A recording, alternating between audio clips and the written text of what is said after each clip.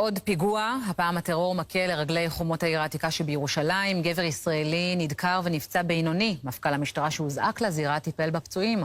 בישראל חוששים מגל פיגועים לקראת חגי תשרי.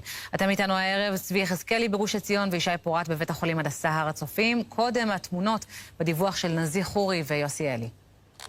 שער יפו פיגוע, יש פה פיגוע, יש דקור, כרגע פצוע אחד, רחבת שער יפו בחוץ, האמבולנס דחוף.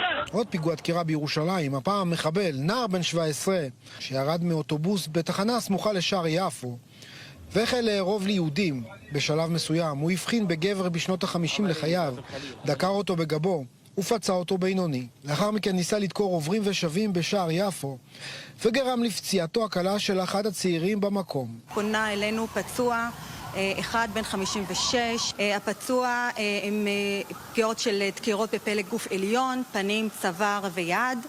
הוא נמצא בהכרה מלאה.